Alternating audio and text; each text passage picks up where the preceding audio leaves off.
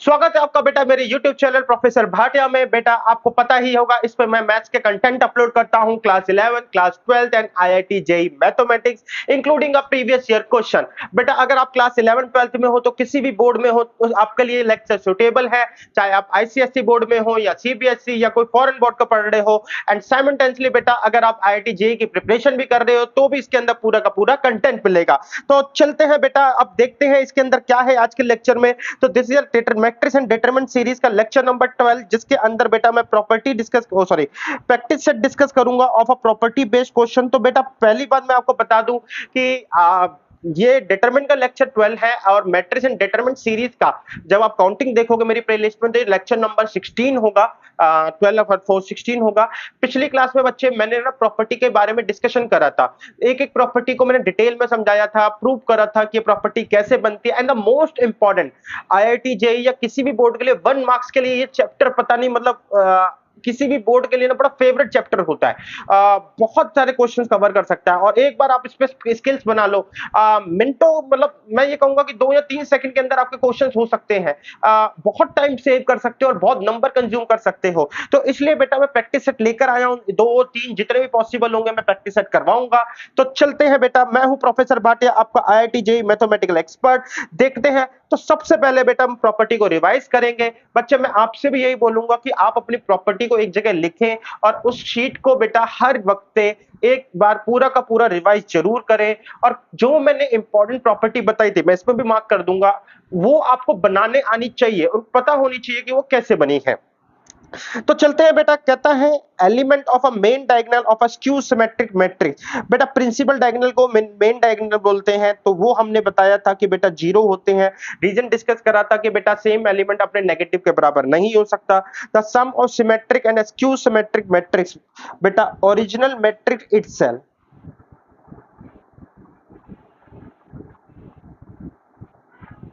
जिस मैट्रिक्स से वो बनाए हैं यानी कि वही है। कहता है सिमेट्री मैट्रिक्स की अगर मैं पावर 100 2 4 8 यानी कि इवन और यहाँ पे 99 3 7 9 ये और, तो बेटा अगर सिमेट्रिक मैट्रिक्स है तो कोई भी पावर हो, चाहे वो इवन हो चाहे वो ऑड हो, आपको रिजल्ट सिमेट्रिक ही देगी। लेकिन स्क्यू सिमेट्रिक मैट्रिक्स में ऐसा नहीं है बच्चे। स्क्यू सिमेट्रिक में जब पावर इवन होगी तो हमें सिमेट्रिक मिलेगा और जब पावर ऑड होगी तो मुझे क्या मिलेगा बच्चे, स्क्यू मिलेगा। ये मिलेगा मेरे को स्क्यू सिमेट्रिक। तो ये मैंने डिस्कस भी करा था क्योंकि पावर जो है n चली गई थी -1 की पावर n, तो n इवन होगा तो हमारे पास रिजल्ट पॉजिटिव आएगा। इस तरीके से हमने डिस्कस करा था। अब matrix which is both symmetric and well as skew symmetric, बेटा कोई मैट्रिक्स दोनों है तो क्या होगा। अब बेटा बहुत सिंपल है, is a zero matrix, is a zero matrix, इसको नल मैट्रिक्स ही बोलते हैं। अच्छा इन्हीं में से बेटा ये भी एज इट इज क्वेश्चन पूछे जाते हैं आपके जो भी एग्जाम होंगे, इवन IIT के अंदर भी बेटा एज इट इज क्वेश्चन पूछ लिए जाते हैं। अच्छा आगे चलते हैं। Square matrix is a singular matrix if it's determinant, बेटा किसी भी मैट्रिक्स का अगर डिटरमिनेंट जीरो होता है तो उसे सिंगुलर बोला जाता है। कह रहा है बेटा मैं सम की बात करूं, the sum of the product of the element of any row with their cofactor is equal to, बेटा यानी कि उसने बोला A11 C11 A12 C12 A13 and C13, then the result is we get a det, यानी कि मुझे एक det मिलेगा। बच्चे the sum of the product of the element of any row with the cofactor of the corresponding element of some other row, अगर other रो के साथ है तो रिजल्ट मेरे को बेटा ए डेट जो है वो मेरे को नहीं, ए डेट नहीं, रिजल्ट मेरे को जीरो मिलेगा। तो ये डिस्कशन मैंने करी थी बेटा पिछले लेक्चर में, बहुत अच्छे से डिस्कशन करी थी क्यों मिलता है। तो फिलहाल तो प्रॉपर्टी रिवाइज करनी है। ए के ट्रांसपोज का ट्रांसपोज ए ही होगा। जब ये होता है तो बेटा ये सीधा ही खुलता है। के का कोई रोल नहीं, के कांस्टेंट है, ए का ट्रांसपोज एज इट इज रहेगा। ये रिवर्सल खुलते हैं बेटा ए बी का ट्रांसपोज, अगर ए बी रिवर्सल खुल रहे हैं तो ये भी रिवर्सल करेंगे सी ट्रांसपोज, एंड ए का ट्रांसपोज डेट ए डेट के बराबर होता है। डायगोनल मैट्रिक्स के ए डेट जो होता है बेटा वो ऐसे होता है A11 A22 A33 यानी कि उनके डायगोनल को आपस में मल्टीप्लाई कर दो। किसी मैट्रिक्स में अगर k मल्टीप्लाई कर रखा है तो k आपका n टाइम बाहर आएगा, यानी कि नंबर जितना भी उसका ऑर्डर है, क्योंकि हर एक रो या हर एक कॉलम के अंदर से बाहर आता है। तो k n a डेट, अगर दो मैट्रिक्स मल्टीप्लाई करके डिटरमिनेंट निकाल रहे हो तो रिजल्ट आएगा a डेट और b डेट कर सकते हो। अब 3ab इज नथिंग बेटा, जो ऊपर हमने पढ़ा हुआ है उसी के ऊपर है। तो 3 कितनी बार बाहर आएगा, 3 n टाइम बाहर आएगा।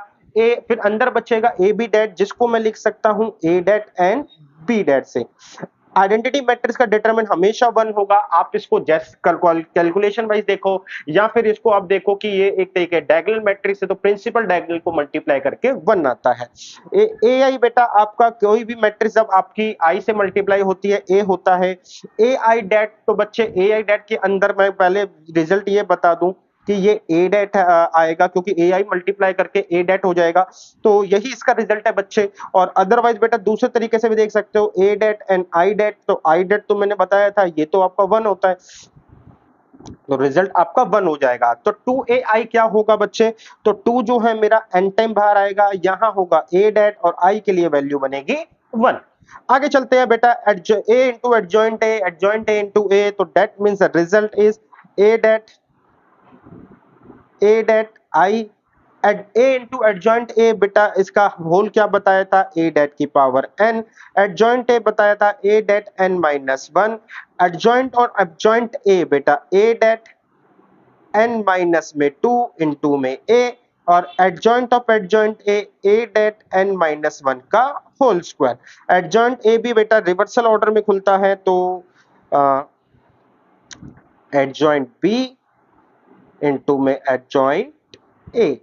तो ये वाली बेटा इसी की एप्लीकेशन है जो मैंने समझाई थी। तो एडजॉइंट a की पावर हो जाएगा m, यहाँ पे बेटा k बाहर आता है n माइनस 1 करके, अंदर हो जाएगा एडजॉइंट a इनवर्स का इनवर्स बेटा आपका हो जाएगा a भी इनवर्स रिवर्सल खुलता है, b inverse a inverse.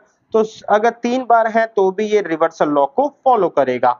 A transpose का इनवर्स बेटा ए इनवर्स का ट्रांसपोज होता है, ए इनवर्स का डेट बेटा ए डेट के बराबर होता है, एडजॉइंट ए का डेट बेटा एडजॉइंट ए के ट्रांसपोज के बराबर होता है।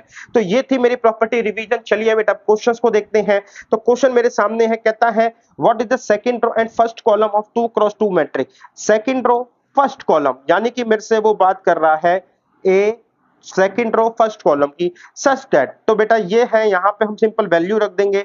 तो वैल्यू रखेंगे तो हमारे पास क्या हो जाएगा, 2 प्लस 3, यहाँ पे रखेंगे 1 माइनस 1। तो आई थिंक बेटा 1 माइनस 1 जीरो होता है, तो रिजल्ट मेरा यहाँ पे जीरो हुआ।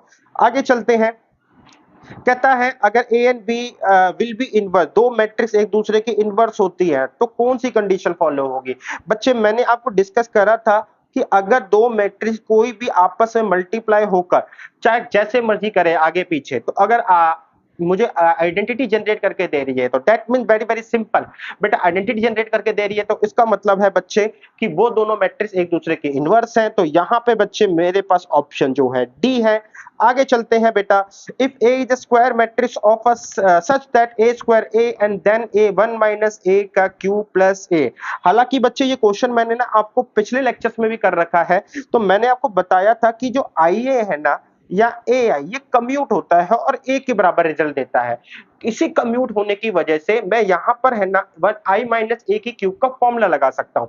अदरवाइज मैट्रिक्स में फॉर्मूले अप्लाई नहीं होते अलजेब्रा वाले, ये चीज बहुत ध्यान देने वाली बात है। तो कम्यूट हो प्रॉपर्टी होने की वजह से मैं इसमें कर रहा हूं आई क्यूब ए क्यूब प्लस में 3। थोड़ा मैं बेटा रबड़ का साइज छोटा कर लूं बच्चे, तो 3 माइनस 3i स्क्वायर इंटू में a plus 3i a square minus a का क्यूब।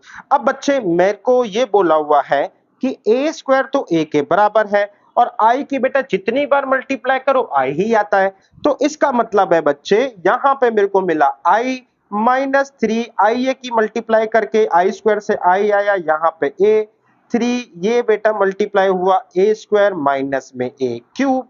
तो बच्चे यहां से i तो एज इट इज रहेगा, माइनस में ये हुआ 3a, a स्क्वायर की वैल्यू a हमने देखी ऊपर, माइनस में इसको लिखा ए स्क्वायर इंटू में ए, इसकी वैल्यू भी बेटा मेरे ए रखी इंटू में ए, अगेन ये बना मेरे पास ए स्क्वायर और इसकी वैल्यू भी आई ए। तो बेटा ये दोनों तो एज इट इज कैंसिल हो गई, तो मेरे पास आया आई और ये हुआ माइनस का ए। तो आई माइनस ए, आंसर नंबर सी बेटा हमारा करेक्ट है।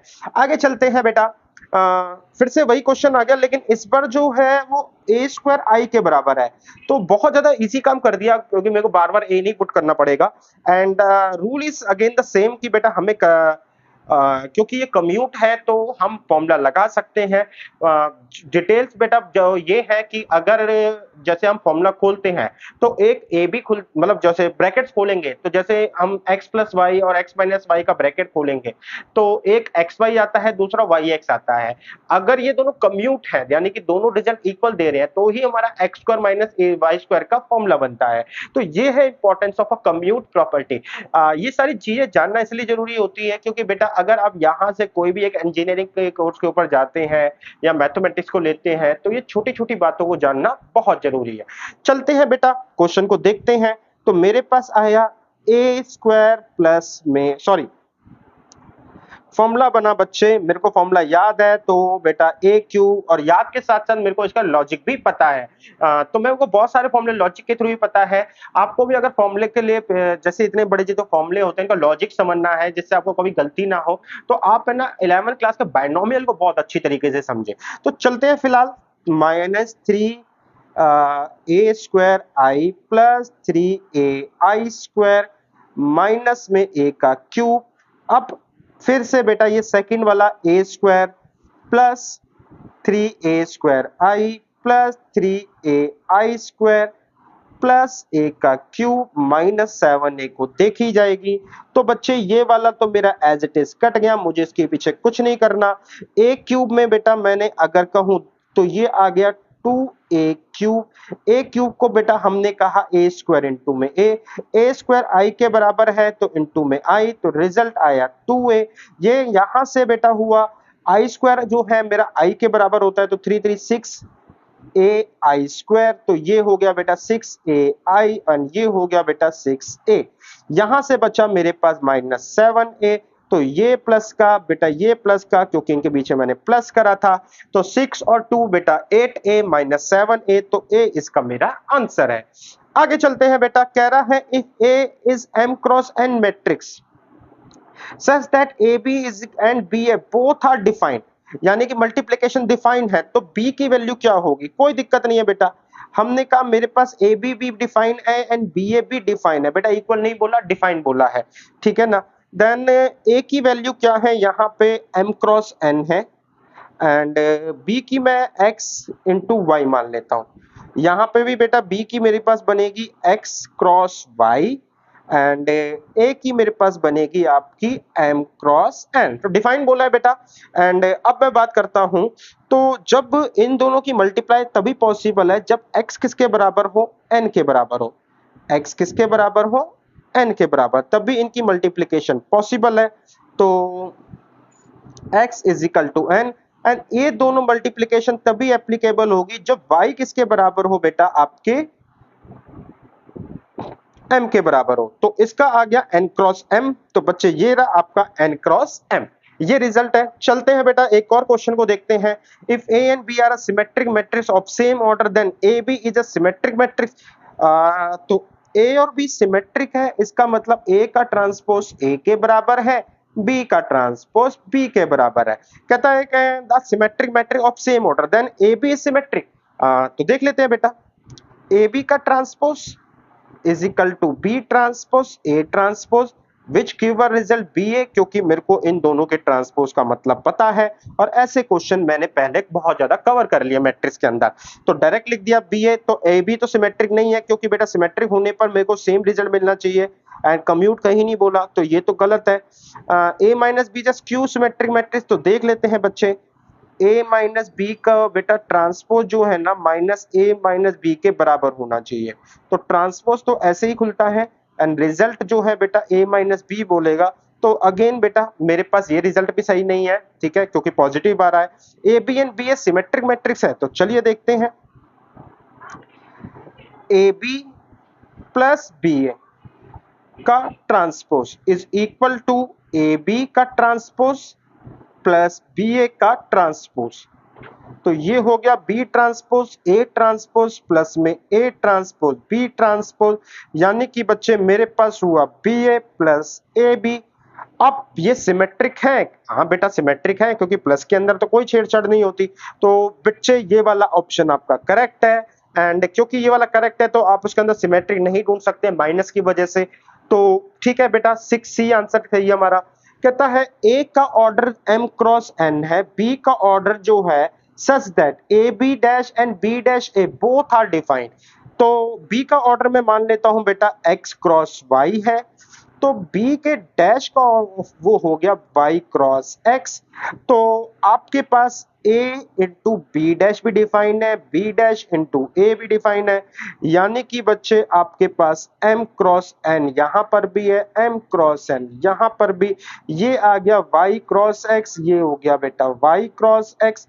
ठीक है, m and y, n and y, n and y ये दोनों बेटा बराबर होने चाहिए, और यहां से m x किसके बराबर होना चाहिए बच्चे? आपका x जो है वो m के बराबर होना चाहिए। तो मैट्रिक्स b का ऑर्डर होगा बेटा x x क्रॉस y था मैट्रिक्स b का, तो इसका मतलब हुआ m क्रॉस n। तो m क्रॉस n हमारा आंसर ठीक है। आगे चलते हैं। If A is a square matrix and then A minus A का ट्रांसपोज क्या होगा? तो अगर A स्क्वायर मैट्रिक्स है तो A माइनस A का ट्रांसपोज का हम कह रहा है, अच्छा ये तो मैंने ऑप्शन में पढ़े नहीं बेटा, ठीक है बेटा मेरे से गलती होगी, मैं किसी और क्वेश्चन को ये समझ लिया। तो कह रहा है कि डायगोनल मैट्रिक्स होगा, स्क्यू मैट्रिक्स होगा। बच्चे मैं सही बताऊं तो जब हमने पहले पढ़ा था तो मैंने ये बताया था कि किस तरीके से कोई मैट्रिक्स जो है उसका स्क्यू निकाला जाता है। तो बेसिकली ये था कि अगर मैं किसी मैट्रिक्स के अंदर से उसका ट्रांसपोज माइनस कर दूं तो स्क्यू सिमेट्रिक मैट्रिक्स आ जाती है।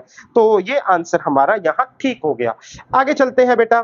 For N E square matrix A का ट्रांसपोज क्या होगा? ए और ए का ट्रांसपोज बच्चे दोनों को मल्टीप्लाई करके यूनिट मैट्रिक्स मिलेगा, ऐसा कोई, अच्छा यूनिट मैट्रिक्स को आइडेंटिटी मैट्रिक्स बोलते हैं। ये मैंने कई बार जिक्र करा है, वन होने की वजह से उसका यूनिट भी नाम हो जाता है। एंड सिमेट्रिक मैट्रिक्स, तो skew symmetric matrix and diagonal matrix. बेटा ऐसा है डायगोनल से कहीं लेना देना नहीं है, आइडेंटिटी बनेगी ऐसा भी कोई संभव नहीं है, ये जरूरी नहीं है, मतलब कहने का मतलब। अब सिमेट्रिक बन सकता है, ये पॉसिबिलिटी है। कैसे? अगर मैं एक और ए का ट्रांसपोज का बच्चे ट्रांसपोज लूं तो ये किसके बराबर आ जाएगा? ए के ट्रांसपोज इनटू में ए का transpose which give a result A into A का ट्रांसपोज। ध्यान से देखो बेटा, इसका ट्रांसपोज ने वही रिजल्ट दे दिया, तो सिमेट्रिक रिजल्ट आ जाएगा। आगे चलते हैं बेटा क्वेश्चन नंबर 10 पे। If a matrix A is both symmetric and skew symmetric, अगर कोई मैट्रिक्स सिमेट्रिक भी है एंड स्क्यू भी है, तो यार अभी अभी डिस्कस करा था हमने फॉर्मूलों में, ये तभी पॉसिबल है कि जब ए एक नल मैट्रिक्स यानी कि जीरो मैट्रिक्स हो। Question number 11, A square minus A plus I is equal to zero, then A inverse क्या होगा?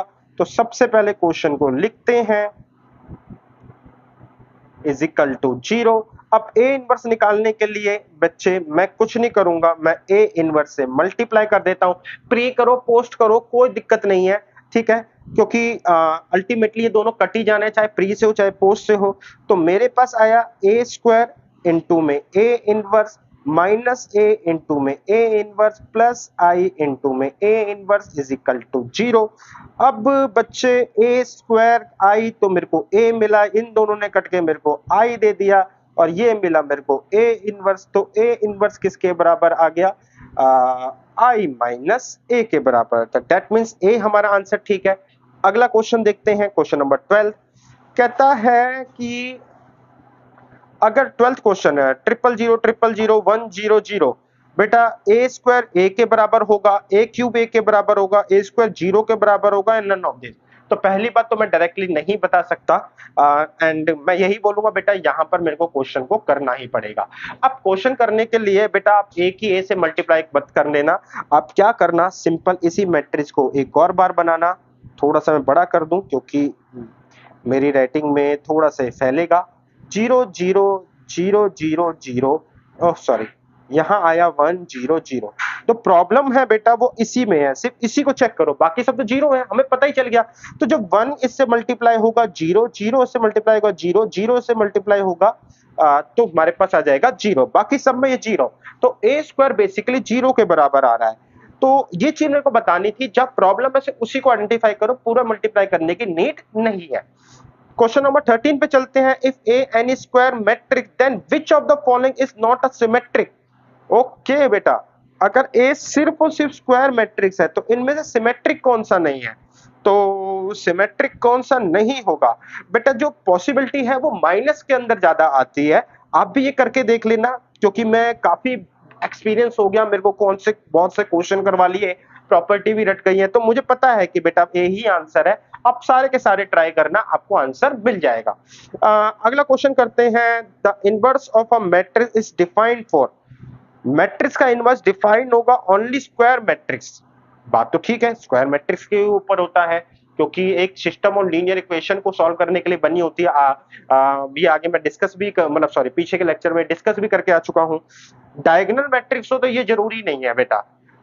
ऑल मैट्रिक्स के लिए भी जरूरी नहीं है, क्योंकि रेक्टेंगल मैट्रिक्स नहीं बनती, ठीक है ना। रेक्टेंगुलर मैट्रिक्स के लिए भी जरूरी नहीं है। तो बेसिकली आप इसको ऐसे समझ सकते हैं बेटा, दिस इज अ ग्राफ जिसका मतलब है ऑल मैट्रिक्स सारी आती है। अब सारी के अंदर बेटा दो टाइप की हमने डाल दी, रेक्टेंगुलर एंड स्क्वायर। अब स्क्वायर के अंदर बेटा एक कैटेगरी हो सकती है जिसमें हम डायगोनल भी बोलते हैं। तो अब तो डायगोनल का भी इन्वर्स पॉसिबल है, ऐसा कोई जरूरी नहीं है डायगोनल का इन्वर्स नहीं पॉसिबल हो। तो और स्क्वायर मैट्रिक्स का ही पॉसिबल होता है, क्योंकि स्क्वायर मैट्रिक्स डायगोनल को कवर करती है। इसलिए बच्चे मेरा आंसर बड़ा वाला होगा। छोट नीचे वाला दूंगा डायगोनल तो वो एक स्पेसिफिक हो जाएगा, जिसकी वजह से एक बड़ी बड़ी रेंज छूट जाएगी। तो स्क्वायर के अंदर डायगोनल कवर हो जाता है, तो that's why option number A. चलते हैं बेटा क्वेश्चन नंबर 15 पे। If the matrix A has two identical row और कॉलम देन डिटरमिन ए क्या होगा? बच्चे बहुत सिंपल है, जब दो डिटरमिन के दो रो आपस में सेम होती है तो रिजल्ट मेरा 0 होता है। ये कई बार हम डिस्कस कर चुके हैं। अगला क्वेश्चन लेते हैं बेटा, question number 16। A matrix A when multiplied with matrix C give an identity matrix I. तो व्हाट इज सी? तो कह रहा है अगर मैट्रिक्स ए को मैं सी से मल्टीप्लाई कर दूं तो आई आता है।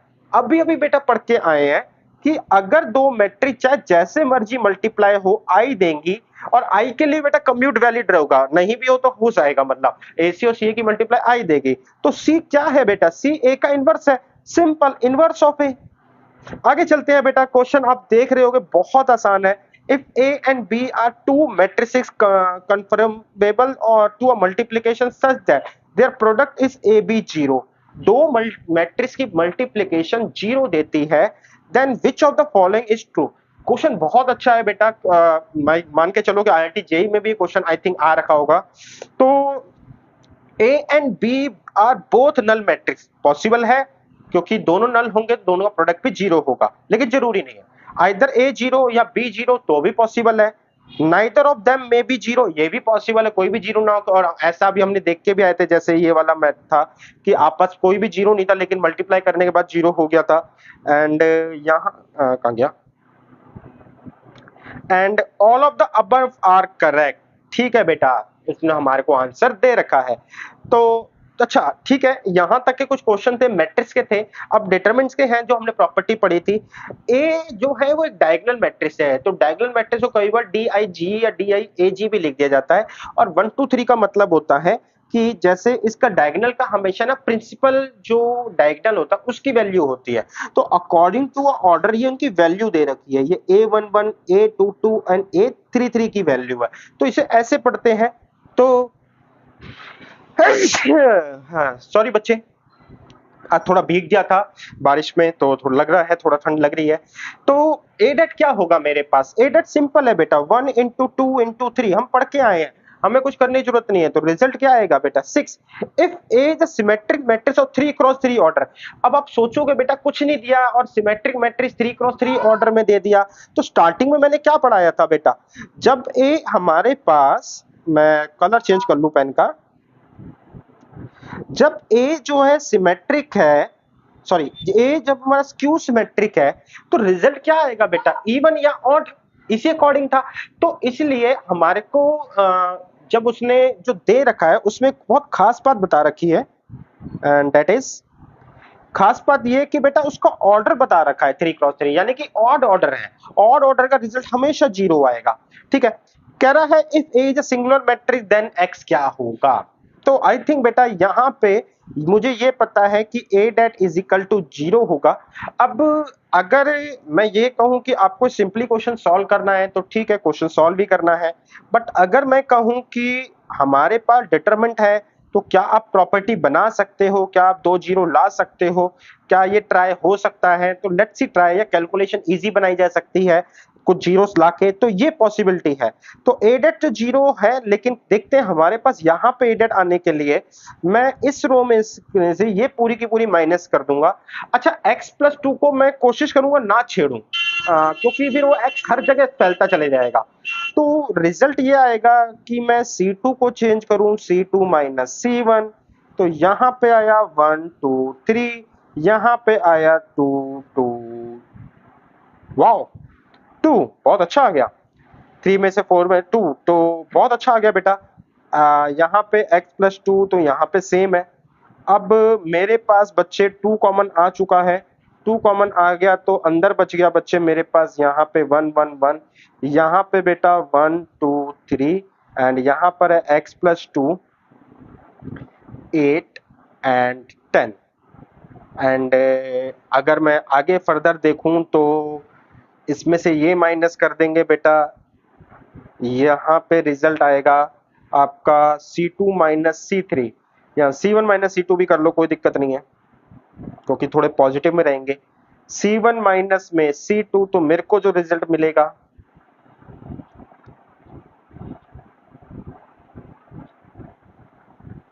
ठीक है, तो 1 माइनस 1 रिजल्ट आएगा 0 1, 2 minus 1 1, 3 minus 1 2, 1 1 1, x+2 8 and 10। I think बच्चे मैंने बहुत आसान कर दिया है, हमें सिर्फ खोलने पे फोकस करना चाहिए। और जीरो में बना सकता हूं, बट मुझे उम्मीद नहीं है कि बहुत ज्यादा हमें कोई फायदा मिलेगा। तो इसको खोलो, इजिकल टू 0 रखो, आपको x की वैल्यू मिल जाएगी। एक क्वेश्चन और देखते हैं बेटा। अच्छा, फिर से 3 नंबर काउंटिंग चेंज नहीं करी। कह रहा है ए डेट 5 है तो 5a डेट 5a इंटू में डेट क्या होगा। तो मैंने तो ये बता रखा है बेटा कि 5 जो है हर एक रो और कॉलम से बाहर आएगा। कितने ऑर्डर है बेटा 2, या तो रो को पकड़ो या फिर कॉलम को पकड़ो, मैं जिस मर्जी को पकड़ो, है तो 2 ही। तो 5 जो है पहली रो से भी कॉमन आएगा, दूसरी रो से भी कॉमन आएगा, यानी कि 2 बार कॉमन आ गया। अंदर ए डेट एज इट इज रहेगा, तो यानी कि 25 इंटू में 5 इज इक्वल टू 125। आगे चलते हैं बेटा। कह रहा है A and B are a square matrix of order 3। Square matrix है, 3 का ऑर्डर है, तो सबसे पहले 3 कितनी बार बाहर आएगा, 3 बार। अंदर क्या बचा बेटा, ए डेट इंटू में बी डेट। अब 3 का 3 बार बाहर आएगा तो 3 3 जा 27। ए डेट है मेरे पास -1, बी डेट है 3, तो माइनस का 81 मेरा आंसर है। कह रहा है I is identity matrix of order 10 then I, तो बेटा आई डेट तो आपका 1 होता है। अब आप इसके जितनी मर्जी पावर लगा लो बेटा, सबसे पहली बात आई की कितनी भी पावर आई देती है, और आई डेट मेरे को पता है बच्चे ये 1 होता है, तो बिना कुछ सोचे समझे आपको 1 कर देना है। आगे चलते हैं।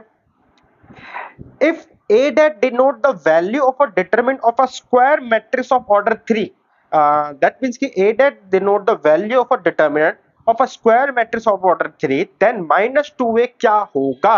बहुत अच्छा क्वेश्चन है। If A that denote the value of determinant of a square matrix of order 3, तो A that है मेरे पास order 3 है, then -2A क्या होगा? सॉरी बेटा, मैं थोड़ा दिमाग कहीं और चला गया, मैं क्वेश्चन के फोकस से हट गया हूँ। तो denote the value of determinant square matrix of order 3, ठीक है।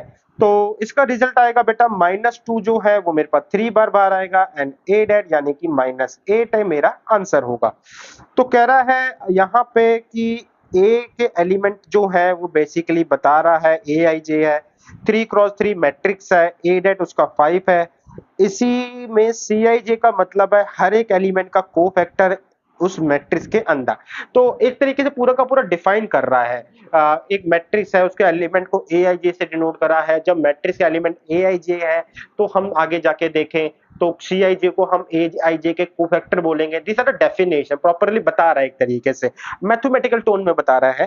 तो A11 C11 A12 C12 A13 C13। बेटा रिजल्ट अगर आप देखो सेम रो है एंड सेम कोफैक्टर है तो ए डेट हमारा रिजल्ट आएगा which is equal to 5।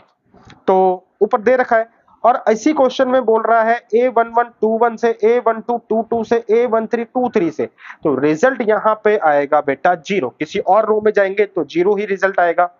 If A and B are square matrix of order 3, A and B जो है वो स्क्वायर मैट्रिक्स है जिसका ऑर्डर 3 है। ए डेट की वैल्यू दे रखी है, बी डेट की वैल्यू दे रखी है, 2a भी निकालना है। बेटा अभी पीछे करवाया है मैंने, अभी भी सी के अंदर, तो मेरे ख्याल से इसका आंसर आप खुद पॉज करके दीजिए। फिलहाल के लिए मैं बता रहा हूं कि 2 जो है वो 3 बार बाहर आएगा तो 8 तो हो जाएगा। ए डेट मेरे को -2 दे रखा है, बी डेट मेरे को 4 दे रखा है, तो 8 8 4 32, 8 चौक 32 दूनी 64, तो -64 मेरा आंसर आ जाएगा। एंड द सेम अब बेटा यहाँ पे 3ab है तो 3ab को मैं यही बोलूंगा।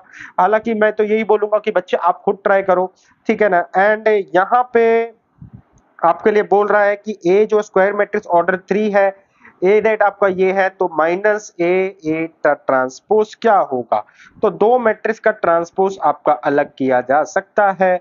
माइनस का मतलब है बेटा -1 इसके अंदर मल्टीप्लाई हो रखी है एंड ए का ट्रांसपोज -1 मल्टीप्लाई हो रखा है। मैं थोड़ा साफ सा लिख दूं, गंदा है बेटा बहुत ज्यादा। तो बच्चे साफ सुथरा, तो मेरे को बोल रहा है -a इंटू में a का ट्रांसपोज, तो -a डेट इंटू में a ट्रांसपोज का डेट, तो रिजल्ट आएगा बच्चे -1। इसको लिख सकते हैं इंटू में a, ये पूरा डेट इंटू में a का ट्रांसपोज का डेट। तो -1 बेटा 3 बार बाहर आएगा तो ये बन जाएगा -1 की पावर 3। अब बचा बेटा अंदर a डेट और 8 के ट्रांसपोज का डेट। a के ट्रांसपोज का डेट जो होता है वो बेटा बेसिकली a डेट के ही बराबर होता है। तो इसका मतलब है -1 इंटू में 2 इंटू में 2, तो ये रिजल्ट आया -4। आगे चलते हैं, 9th क्वेश्चन हो गया। 10th, if the matrix A is not invertible then A is equal to, कोई मैट्रिक्स इन्वर्टेबल नहीं है। बेटा हम वही पढ़ के आए हैं कि मैट्रिक्स जो है अगर सिंगुलर है, यानी कि A डेट अगर 0 है तो वो इन्वर्टेबल नहीं है, और इसका रीजन भी सिंपल है। आपने A इनवर्स का फॉर्मूला पढ़ा हुआ है, वो है एडजॉइंट ए अपॉन में A डेट। तो अगर अपॉन में A डेट है तो मतलब क्या है बेटा, अपॉन में 0 नहीं जा सकता। तो आप सिंपल है A डेट को निकालो, A डेट को 0 के बराबर, नॉट इन्वर्टेबल है, अच्छा इनवर्स नहीं हो सकती, ठीक है बेटा। तो a डेट जो है is equal to 0, then a की वैल्यू निकालो, सिंपल। अभी पीछे हम क्वेश्चन करके आए हैं, x+2 जैसा ही है, आप a की वैल्यू इजीली निकाल लोगे। बेटा कह रहा है कि a जो है एक स्क्वायर मैट्रिक्स है जिसका ऑर्डर क्या है 2, such that at a into adjoint a जो है मेरे को ये रिजल्ट देगा। तो a डेट क्या है, तो बेटा सबसे पहली बात इसमें से 10 कॉमन लिया जाए तो 1001 आ जाएगा। अब 10 क्यों कॉमन लिया बेटा, एक बार क्यों निकला, क्योंकि साथ में जो है वो मैट्रिक्स है, एंड तो इसका मतलब बना 10i। अब a इंटू एडजॉइंट a का सबसे पहले, अच्छा यही जो है सबसे इंपॉर्टेंट प्रॉपर्टी भी थी, इसका फॉर्मूला होता है a डेट इंटू में i। तो आप इन दोनों सिचुएशन को कंपेयर करो तो a डेट किसके बराबर आया, 10 के बराबर आया। तो डेट्स वाई मैंने बोला था कि आपको थोड़ा सा अंदर का भी पता होना चाहिए। If a is a invertible matrix of order 3 then a det ये, तो एडजॉइंट a डेट कुछ नहीं है बेटा, एडजॉइंट a डेट n-1। अब ऑर्डर 3 है तो इसका मतलब है a डेट जो है वो 2 हुआ, a डेट मेरे पास 3 है तो स्क्वायर करेंगे तो क्या आएगा, 9 आ जाएगा। अगले क्वेश्चन की ओर बढ़ते हैं, 13 14 15। If A is an invertible matrix of order 3 and A det जो है 5 है, then adjoint A into adjoint क्या होगा। तो डिटरमिनेंट तो नहीं है, ये एक मैट्रिक्स देगा। मैट्रिक्स क्या है बेटा, A डेट n माइनस में 2 इंटू में A। तो A डेट जो है, अच्छा इसका ऑर्डर 3 है तो A डेट क्या हो जाएगा बच्चे मेरे पास, A डेट ये रहा A डेट, n जो है वो 3 - 2 इंटू में बेटा A। तो ए डेट जो है वो सिंपल एक पावर बचेगा इनटू में ए। अब ए डेट जो है 5 है तो रिजल्ट आपका आ जाएगा 5 है। ध्यान देने वाली बात है कि बच्चे यहाँ पे मैट्रिक्स नहीं है, तो सॉरी डिटरमिनेंट का सिंबल नहीं है, तो डिटरमिनेंट यहाँ पर नहीं है। If A is a invertible matrix of order 3, अगले वाले क्वेश्चन को देखें। ऑर्डर 3 है तो अच्छा, अब की बार उसने दे रखा है तो हमने ये पढ़ा था ए डेट n माइनस 1 का स्क्वायर, तो ऑर्डर 3 है तो A det is equal to 3 minus 1 का स्क्वायर, तो ए डेट की वैल्यू आ गई 2, तो ए डेट जो है अच्छा 2 का स्क्वायर यानी कि 4, तो ए डेट जो है वो मेरा 4 है, 4 की पावर 4, तो 4 की पावर 4 का मतलब होता है एक तरीके से बोला जाए तो 2 की पावर 8, तो 2 की पावर 8 को खोलेंगे तो 2 टू जा 4, 4 टू जा 8, दूनी 16, दूनी 32, दूनी 64, दूनी 128, 256, 512। आई थिंक 8 पर 5 पे 32 गया, 6 पे 64 गया बेटा, 7 पे 128, 8 पे 256 गया, हाँ, तो 256 इसकी वैल्यू होगी। अब यहाँ पे बोलता है कि आपके डायगोनल 3 है, ऑर्डर नहीं बताया बेटा, ध्यान देना, ऑर्डर नहीं बताया तो लेकिन इसके अंदर छुपा हुआ है क्या है, A11, A22, A33। अगर 3 डायगोनल है तो 3 डायगोनल प्रिंसिपल डायगोनल में तीनों में है, तो इसका मतलब ऑर्डर 3 है। इसकी वैल्यू अभी अभी मैंने ऊपर लिखी थी ए डेट n माइनस 1 का स्क्वायर, तो रिजल्ट आ जाएगा बच्चे आपका ए डेट n जो है वो मेरा 3 माइनस 1 यानी कि 2 का ऊपर स्क्वायर यानी कि ए डेट की पावर 4। अब ए डेट क्या होगा, 3 टू जा 6, 6 की पावर 4, 6 की पावर 4 खोलना 216 इंटू में 6 कर देना बेटा, जो 216 6 की पावर 36, 216। एक बार कैलकुलेशन परफॉर्म करना जो भी होगा बच्चे। अब इन तीनों क्वेश्चन से यहां से मैं आपको एक बात बता दूं, यहाँ पे बेटा जो टफ एग्जाम बना रहे हैं जैसे आईसीएससी वाले या इंटरनेशनल बोर्ड जो होते हैं, वो यहाँ से थोड़ा सा टफ ले जाते हैं।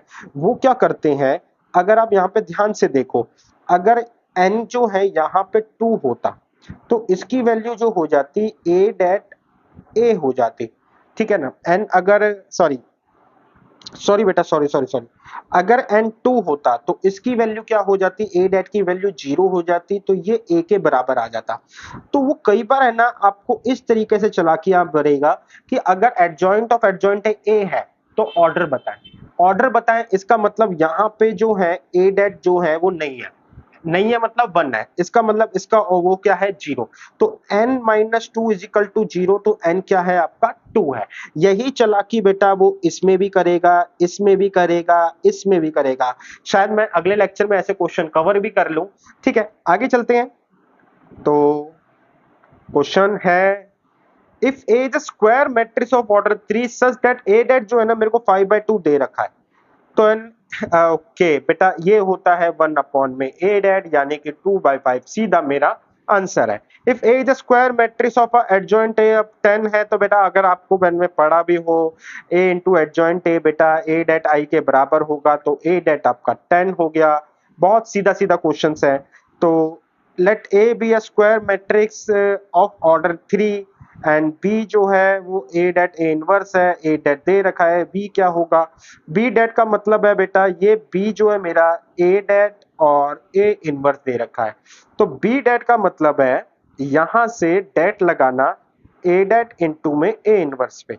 अब देखने वाली इंपॉर्टेंट बात ये है बेटा कि यहाँ पे ना एक डिटरमिन और एक मैट्रिक्स है, दोनों मैट्रिक्स होती तो मैं दोनों को अलग कर सकता था, लेकिन एक डिटरमिन का मतलब है कि कोई नंबर है जो ए इनवर्स के मल्टीप्लाई हो रहा है, यानी कि एक नंबर एक मैट्रिक्स से मल्टीप्लाई हो रहा है, उस मैट्रिक्स से मल्टीप्लाई होने पर वो नंबर जो है ना वो सब में मल्टीप्लाई हो जाता है। और जब मैंने डिटरमिन फॉर्म ली तो वो या तो तीनों रो से कॉमन आएगा या तीनों कॉलम से कॉमन आएगा, तो मैं जैसे मर्जी कॉमन लूं 3 बार कॉमन आएगा, तो अच्छा ऑर्डर 3 है इसलिए 3 बार कॉमन आएगा, तो इसका मतलब ए डेट की पावर क्या हो जाएगी n इन सॉरी 3, ए डेट की पावर आपके पास 3 हुई। जैसे ही ए डेट की पावर आपके पास 3 हुई तो मेरे को क्या मिला, अच्छा मेरे को साथ में मिल गया a माइनस ए। अब ए इनवर्स जो होता है ये हो गया एक डेट का क्यूब इंटू 1 अपॉन ए डेट, तो रिजल्ट आया बेटा ए डेट क्यूब यानी कि -5 का क्यूब इनटू में 1 अपॉन में ए डैट, अच्छा ये भी तो 5 ही है, ओके बेटा ये भी आपका -5 ही है, तो ये हो गया -125 अपॉन में -5, माइनस से माइनस कटेगा, रिजल्ट आपका 25 देगा। तो आज मैंने बहुत क्वेश्चन कवर करे, मैंने हालांकि डिस्कस कर लिया, थोड़ा बहुत बताया, तो लेक्चर तकरीबन तकरीबन आप ये देखोगे कि आपके 40 मिनट का अराउंड है। मेरी डिस्कशन के साथ अगर आप चाहोगे तो डिस्कशन को निकाल दिया जाए तो तकरीबन मैंने 18 3 21 21 और 18 तकरीबन तकरीबन बेटा मैंने 40 से ऊपर क्वेश्चंस यहाँ पे डिस्कस करे हैं। तो पर क्वेश्चन मेरी डिस्कशन के साथ 1 मिनट का है। अगर मैं डिस्कस नहीं करता तो टाइम आप सीधा सीधा 10 मिनट पूरा का पूरा माइनस कर सकते हैं, या इससे ज्यादा भी, यानी कि तकरीबन 1 मिनट के अंदर मैं 2 क्वेश्चन सॉल्व कर सकता हूँ। ये कैलिबर मैं आपका बता रहा हूँ, मेरा छोड़िए, मैं तो बहुत ज्यादा कर सकता हूँ, लेकिन मैं आपका बता रहा हूँ कि आप भी 1 मिनट में 2 क्वेश्चन सॉल्व कर सकते हैं। सीबीएसई बोर्ड में खास तौर पर बहुत अच्छी बात यह है कि 18 क्वेश्चन जो है आपके ऐसे कर दिए हैं, यानी कि बच्चे 18 क्वेश्चन का मतलब है 180 का मतलब 10 मिनट, तो 18 क्वेश्चन आराम से 10 मिनट में हो जाएंगे, इवन टाइम सेव भी हो जाएगा, क्योंकि मैंने बताया कि 1 मिनट में आप कैपेबल है 2 क्वेश्चन को हैंडल करने के। तो ठीक है बेटा, आज के लेक्चर में इतना ही। इंपॉर्टेंट जो है मैं आपको बता दूं कौन सी प्रॉपर्टी है जिसके बेस पे ये पूरा का पूरा डिपेंड है। This property is very important and this property and I think this property is very important. तीनों आपस में लिंक है, मेन प्रॉपर्टी आपको पता होनी चाहिए। तो अभी के लेक्चर में इतना ही बेटा, अगली बार फिर से आऊंगा एक प्रैक्टिस सेट लेकर, क्योंकि क्वेश्चन इस पे से बहुत सारे आते हैं। तो चल ठीक है बच्चे, मिलेंगे नेक्स्ट लेक्चर में।